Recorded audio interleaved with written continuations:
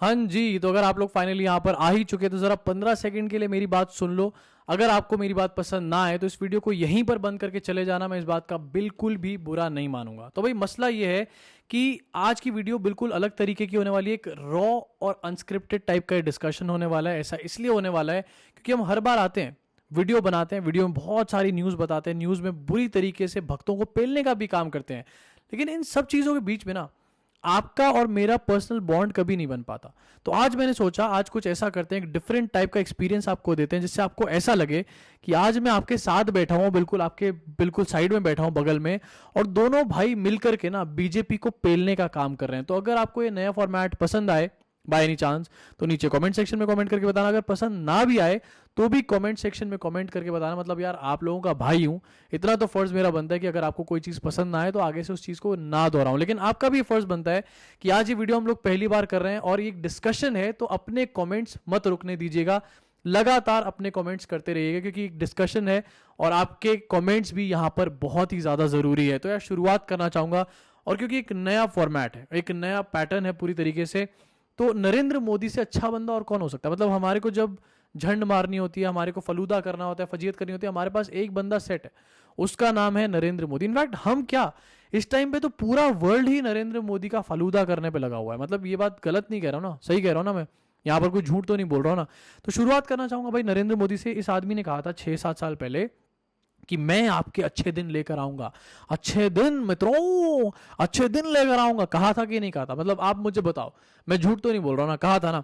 लेकिन आज की डेट में भाई ये हालत आ चुकी है कि इस आदमी के अपने ही बुरे दिन आ चुके हैं। और मैं झूठ नहीं बोल रहा हूं, मैं आपके सामने अभी रखने वाला हूं कुछ खबरें ऐसी जिससे आपको पता चलेगा कि अच्छे दिन लाते लाते अरे इस आदमी के ऐसे ऐसे बुरे दिन आ चुके कि आप सोच नहीं सकते। जरा देखिए पहली खबर अपने स्क्रीन के ऊपर, एनडीटीवी इंडिया की खबर है। कर्नाटका ऑक्सीजन मामले में सुप्रीम कोर्ट ने केंद्र से कहा कि ऐसी स्थिति ना बनाए जहां पर हमें सरकार के खिलाफ कड़ी कार्रवाई करनी पड़ जाए। ये वो आदमी के खिलाफ बातें बोली जा रही जिसके सामने कुछ समय पहले सुप्रीम कोर्ट से लेकर हाई कोर्ट और तमाम एजेंसियां नतमस्तक थी कि नहीं थी। मतलब एक एक एजेंसी, आपको भी याद होगा अच्छे तरीके से कैसे सारी एजेंसी, सीबीआई, ईडी, जितनी बड़ी बड़ी एजेंसीज हैं, और सुप्रीम कोर्ट, हाई कोर्ट भी इनके हिसाब से ही काम करने का काम कर रहे थे। बहुत टाइम से ही हम देख रहे थे, है ना।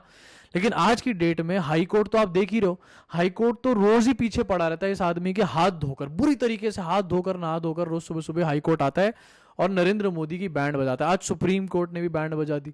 सुप्रीम कोर्ट ने एक ये बैंड बजाई, एक और आपको दिखाना चाहूंगा। मतलब यार बंदे के बुरे दिन देख रहे हो, पहले दिल्ली हारा, उसके बाद वो बंगाल हारा, बंगाल हारने के बाद लोगों ने लात मारनी शुरू कर दिया भाई। मतलब क्या हो रहा है, कैसी कैसी चीजें हो रही है मोदी के साथ यहाँ पर। एक और खबर आपको दिखाना चाहूंगा, ये खबर तो और नहले पे दहला टाइप की खबर है, एबीपी न्यूज की खबर है ये। मजदूरों को कोरोना से बचाने के लिए सेंट्रल विस्ता का निर्माण रोकने की मांग, सेंट्रल विस्ता को रोकने की बातें शुरू हो चुकी हैं। एससी ने दिल्ली हाईकोर्ट से जल्द सुनवाई करने के लिए कहा। मतलब आज सुप्रीम कोर्ट ने यह भी कह डाला कि जल्द से जल्द इस चीज पर सुनवाई करी जाए कि मजदूरों को कोरोना से कैसे बचाया जाए, और इसके लिए अगर सेंट्रल विस्ता का काम रोकना भी है तो रोका जाए जल्दी से जल्दी इस चीज को। भाई मतलब घर छीन लो बंदे का। मतलब पहले हम देख रहे हैं तुमने दिल्ली छीना, फिर तुमने बंगाल छीना, उसके बाद अब घर छीन लो। मतलब क्या चाहते हो तुम, देश निकाला दे देना चाहते हो। मतलब मोदी जी ने इतनी मुश्किल से नए घर का जुगाड़ किया है। देखो भाई, जब से मोदी जी गुजरात से दिल्ली आए थे, इनकी माताजी वहीं पर रह गई थी। वो उसका रीजन ही ये था कि इनके घर में कमरे कम पड़ चुके थे, एक कमरा माताजी वाला था ही नहीं वहां पे। इनके सारे कमरे पूरे भर चुके थे, सामान वामान पूरा भर चुका था, क्योंकि बहुत किताबें किताबें पढ़ते हैं ये, मोर वोर भी बहुत है इनके पास, और बहुत सारे मतलब अलग अलग आम भी रखने के लिए कमरा है इनका अलग। तो ये सब करने के बाद सारे कमरे भर चुके थे। अब ये नया घर बना रहे थे इसके लिए कि मैं किसी तरीके से माता जी को भी यहाँ दिल्ली के अंदर लेकर आऊं, दिल्ली की हवा पानी सूंघाऊं। लेकिन भाई तुम लोग उसकी पीछे पड़े हो बुरी तरीके से, तुम चाहते ही नहीं कि उसका नया घर बने। और इसलिए आज सुप्रीम कोर्ट ने बोला है कि हाई कोर्ट इस पे सुनवाई करे कि सेंट्रल विस्ता काम रोक दिया जाए। अब हाई कोर्ट क्या करता है, ये तो क्या क्या बताया था मैंने बताया ना अभी आपको। हाई कोर्ट तो इस आदमी के पीछे नहा धोकर पड़ा हुआ है। हाई कोर्ट तो सुबह सुबह बैठ जाता है और इतने भयंकर भयंकर तरीके के ऑर्डर देता है कि नरेंद्र मोदी का मुझे लगता है थोड़ी देर के लिए तो ब्लड प्रेशर हाई जरूर हो जाता होगा। अब वो हाई कोर्ट सेंट्रल विस्ता के ऊपर क्या ऑर्डर देगा ये आप अच्छे तरीके से जानते हो। और आप गलत बात, मतलब बताओ, अगर मैं यहाँ पर गलत हूं तो मुझे बताओ कि क्या इस टाइम पर सेंट्रल विस्ता का काम होना ठीक है। और इस चीज को लेकर भाई कितनी, मतलब नेशनली तो छोड़ो, इंटरनेशनल फलूदा हुआ पड़ा इस टाइम पर, फजीयत हो रही है पूरे इंटरनेशनल मीडिया में। पता है बाहर के लोग क्या कह रहे हैं, बाहर के लोग कह रहे हैं कि इससे ज्यादा बेशरम प्रधानमंत्री हमने देखा ही नहीं। वो चीज जो हम लगातार बोल रहे थे बहुत दिनों से, वो अब बाहर की फॉरेन मीडिया पे बोलने का काम कर रही है कि इससे ज्यादा बेशरम आदमी हमने कभी नहीं देखा। सोचो, हमारे देश के प्रधानमंत्री को इंटरनेशनली बेशरम बोला जा रहा है। आज सुबह से मैं इसको पता है बार बार एक्सपीएम बोल रहा हूँ, ये मेरे साथ बार बार हो रहा है आज सुबह से। और मुझे लग रहा है भाई कुछ मतलब बुरा बुरा तो नहीं होने वाला इस आदमी के साथ, मतलब कहीं ऐसा तो नहीं इसको गद्दी वद्दी से हटा देगी संघ या कुछ कर देगी इसके साथ, मेरे को ये लग रहा है सुबह से। अब जहां पर एक तरफ सुप्रीम कोर्ट बुरी तरीके से लतिया रही है, बुरी तरीके से लताड़ मारने का काम कर रही है, वहीं एक और दिखाना चाहूंगा आपको, इलेक्शन कमीशन ने भी बोला कि भैया नमस्ते, thank you, good luck, bye bye, हमसे ना हो पाएगा तुम्हारा काम। इलेक्शन कमीशन ने भी हाथ खड़े कर लिए। यहाँ पे दिखाना चाहूंगा आपको एक अगली खबर, इलेक्शन कमीशन के लॉयर ने आज रिजाइन कर दिया। और पता है क्या बोल के रिजाइन किया? ये बोल के रिजाइन किया है कि मेरी जो थिंकिंग है, मैं इलेक्शन कमीशन से अग्री ही नहीं करता। लॉयर ने ये बात बोली है। वो आदमी जो अलग अलग अदालतों के अंदर इलेक्शन कमीशन का पिछवाड़ा बचाने में लगा रहता है, वो आज ये कहकर रिजाइन करके चला गया कि मैं इनके कहने से ताल्लुकात नहीं रखता, इत्तेफाक नहीं रखता, इनसे अग्री ही नहीं करता किसी बात पे, इसलिए आज मैं जा रहा हूं इनका काम छोड़ के। मतलब भाई बंदे के बुरे दिन देखो। सुप्रीम कोर्ट ने कह दिया कि सबसे पहले ये बोल दिया कि कड़ी कार्रवाई करी जाएगी तुम्हारे खिलाफ। उसके बाद सुप्रीम कोर्ट ये कह रहा है कि तुम्हारा घर बंद कर दूंगा, रोकना, तुम्हारा घर नहीं बन सकता। उसके बाद इलेक्शन कमीशन के भी लोगों ने इनसे पल्ला झाड़ना शुरू कर लिया। क्यों पल्ला झाड़ना शुरू करा है? इलेक्शन कमीशन के लोगों ने पल्ला इसलिए झाड़ना शुरू कर दिया क्योंकि उन्होंने देखा कि भाई मोदी जी ने तो हमसे सारे उल्टे सीधे काम करा लिए। लेकिन जब मद्रास हाईकोर्ट ने ये बात बोली कि आपके खिलाफ एक हत्या का मामला होना चाहिए, जिस तरीके का आपने काम किया है, उस टाइम पे मोदी जी बचाने ही नहीं आए हमारे को। और ये चीज देखने के बाद इलेक्शन कमीशन, अभी तो लॉयर ने छोड़ा है, आप आने वाले समय में देखना इलेक्शन कमीशन की ऐसी घिग्गी बनी हुई है इस टाइम पर, इलेक्शन कमीशन दौड़ता हुआ नजर आ रहा है भाई साहब। क्योंकि इलेक्शन कमीशन को पता है कि मोदी तो कह के निकल लिया, मोदी ने तो बंगाल में इलेक्शन करा लिए, लेकिन जो काम कर दिया ना इलेक्शन कमीशन ने, उस काम के ऊपर पूरे वर्ल्ड में उसकी थू थू हो रही है इस टाइम पर। और क्योंकि पूरे वर्ल्ड में थू थू हो रही है, तो हमारे देश की अदालतों के ऊपर भी एक प्रेशर है कि इलेक्शन कमीशन को बुरी तरीके से लपेटा जाए। और हो सकता है मोदी अपने आप को बचाने के लिए इलेक्शन कमीशन को आगे करके उसको लपेटवाने का काम कर भी दे, इसमें भी कोई बड़ी बात नहीं है। लेकिन लात किस किस तरीके से और कितनी डायरेक्शन से यहां पर पड़ रही है, ये मैं आपको बताने की कोशिश कर रहा हूं। अब लेकिन जहां पर एक तरफ लात पड़ रही है भाई, मतलब जगह जगह से सूते जा रहे हैं बुरी तरीके से, लेकिन जो अंधभक्त हैं वो नहीं मानेंगे। जो ये 2 रुपए वाले चड्डीदारी चिंटू हैं, ये कभी भी नहीं मानेंगे। आपको एक ट्वीट दिखाना चाहूंगा, इनकी एक अलग ही मनोहर रंगीन दुनिया है। इनकी रंगीन दुनिया में प्रधानमंत्री मोदी जो है वो भगवान राम से भी ऊपर हैं, मतलब इतने ज्यादा बड़े हैं। आज प्रीति गांधी, जो कि इनके BJP IT cell, sorry IT cell नहीं है, वो नफरत फैलाने की फैक्ट्री है जहां पर जहर को फॉर्मुलेट करके बनाया जाता है, वहां पर इनकी प्रीति गांधी नेशनल कोऑर्डिनेटर हैं। नेशनल कोऑर्डिनेटर ने आज ट्वीट करा जहां पर लिखा कि बंगाल में मोदी जी नहीं, पूरा भारत आ रहा है भाई साहब। मतलब Modi ji is equal to पूरा भारत। अगर Modi ji is equal to पूरा भारत है तो आप बताना इस बात को, मैं गलत तो नहीं बोल रहा। अगर Modi ji is equal to पूरा भारत है तो भाई आखिरकार भारत अपने इतने सारे लोगों को मार क्यों रहा है? इतने सारे लोग मर रहे हैं भारत के अंदर और भारत फिर भी कुछ नहीं कर रहा। आखिरकार ये कैसा भारत है? भारत के अंदर इतने सारे लोगों को ऑक्सीजन नहीं मिल रहा। भारत के अंदर अपना जो राज्य, गृह राज्य गुजरात है, वहां पर लोगों को ऑक्सीजन नहीं मिल रहा, मेडिकल सर्विसेज नहीं मिल रही, और तमाम देश में इस टाइम पर मातम छाया हुआ है, रो रहे हैं लोग बुरी तरीके से, अपनी फैमिलीज उजड़ चुकी हैं बुरी बुरी तरीके से, और फिर भी भारत इस सब चीजों को देख रहा है। आखिरकार किस टाइप का भारत है? अगर Modi is equal to Bharat है तो आखिरकार मोदी जी कब डेवलप होंगे? मोदी जी जो कि 70 साल के हो गए हैं, 70 साल से भी आगे बढ़ चुके हैं, अभी तक डेवलप ही नहीं हुए हैं, क्योंकि मोदी जी भारत है ना, और भारत का डेवलपमेंट होने की यहां पर बात होती है बार बार। तो भाई मोदी जी कब डेवलप होंगे, मुझे ये समझ नहीं आता। और अगर Modi is equal to Bharat है तो मोदी जी आखिरकार इतने लोगों को सफर क्यों करा रहे हैं? ये बेकार की बातें प्लीज करनी बंद करा करिए। आपकी बातों को अब कोई नहीं मानता, लोग आपको बेवकूफ समझते हैं, लोग आपकी खिल्लियां उड़ाते हैं आपके पीछे से, इस तरीके की हालत हुई पड़ी है। लेकिन बीजेपी के चड्डीदारी चिंटू, असल में इनकी गलती नहीं है, इनको इनकी नौकरी है, 2 रुपए पर ट्वीट मिलता है इनको, कि सुबह से शाम तक इनको अपना शाम का अफीम जो होती है वो सूंघनी होती है। ये तो नशेड़ी है ना, नशेड़ी फुकेड़ी है एक नंबर के। इनको खाना पीना तो खाना नहीं होता पूरे दिन में, ये तो अफीम चाहिए एक नंबर के। शाम को 2-2 रुपए इकट्ठे करके ये लोग बुरी तरीके से जाके अफीम खरीदते हैं, उसको सूंघने का काम करते हैं। तो इनकी गलती नहीं है, इनको लत पड़ी हुई है अफीम की। अब ये सब आपको बताने के बाद आपको बताना चाहूंगा बंगाल की, क्योंकि यहाँ पर बात हो ही गई है।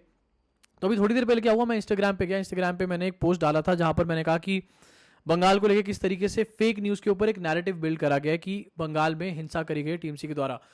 क्या आपको नहीं पता? मतलब आप लोग मेरे को अगर इंस्टाग्राम पे फॉलो नहीं करोगे तो पता कैसे चलेगा? तो अगर नहीं करते फॉलो तो जाकर प्लीज़ फॉलो कर लेना इस वीडियो के बाद। लेकिन हाँ, मैंने ऐसा एक पोस्ट शेयर किया था, तो उस पोस्ट पे मेरे एक फॉलोअर का, मेरे एक दोस्त का, मतलब दोस्त क्या, उसने मेरी कभी हेल्प करी थी किसी चीज़ में, उसने मुझे कमेंट करा और मुझे कमेंट करते ही मुझे सुनाने लग गया कि भाई तुम्हारे को क्या पता, तुम 1% देख रहे हो, 99% देख नहीं रहे। मैंने कहा क्या 99%? मैंने जानने की कोशिश करी। मैंने कहा चलो खाली बैठे थोड़े मजे ले लेते हैं इस टाइम इससे। मैंने कहा क्या 99%? तो उसने कहा कि 99% ये है कि वहां पर सच में हो रही है हिंसा, टीएमसी करा रही है हिंसा। मैंने हजारों फोटोज देखी है, तुम एक को दिखा रहे हो यहाँ पे।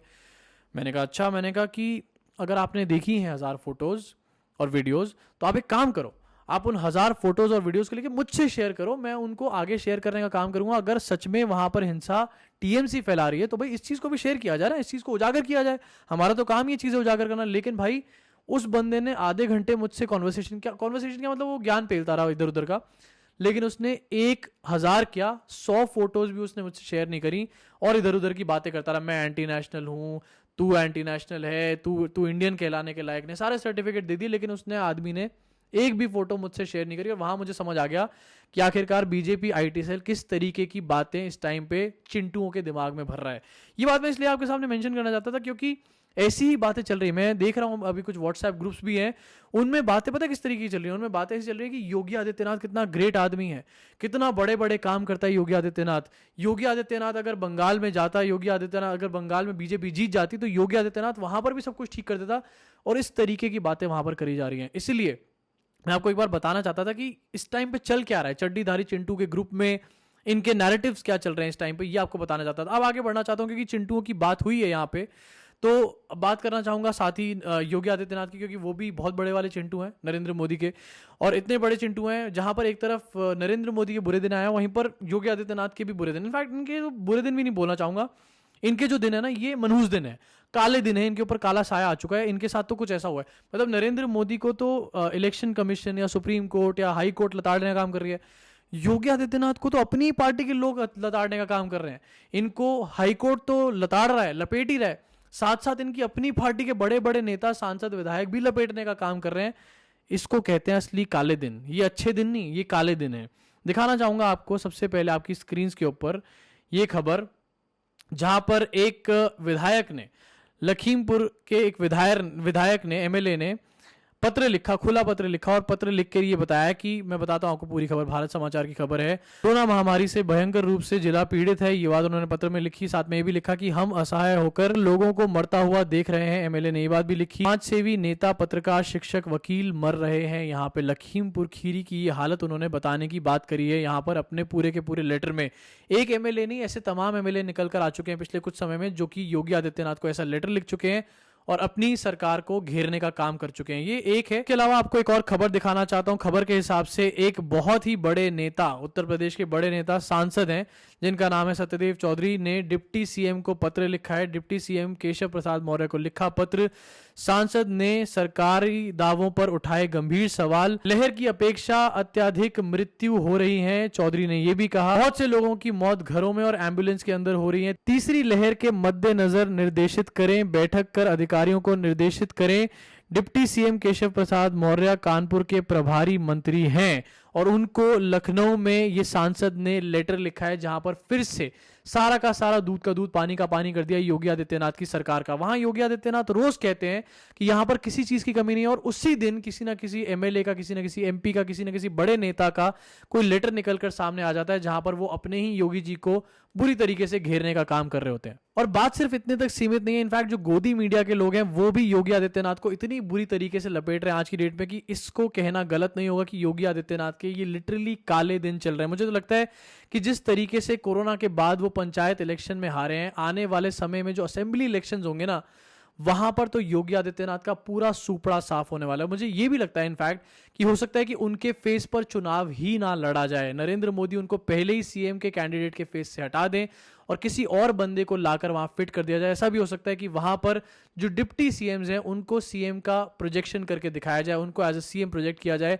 और उनके नाम पर वोट मांगने की कोशिश करी जाए। तो भाई ये थी आज की कुछ खबरें और आपके साथ बैठकर मेरी बातचीत, आपके साथ बैठकर मेरा डिस्कशन। अब आपको ये रॉ डिस्कशन कैसा लगा मुझे कमेंट सेक्शन में ये भी कमेंट करके ज़रूर बताइए। आपके कमेंट्स मैं जानता हूँ अभी तक बहुत सारे आ चुके होंगे, हर चीज़ के ऊपर आपकी राय आ चुकी होगी।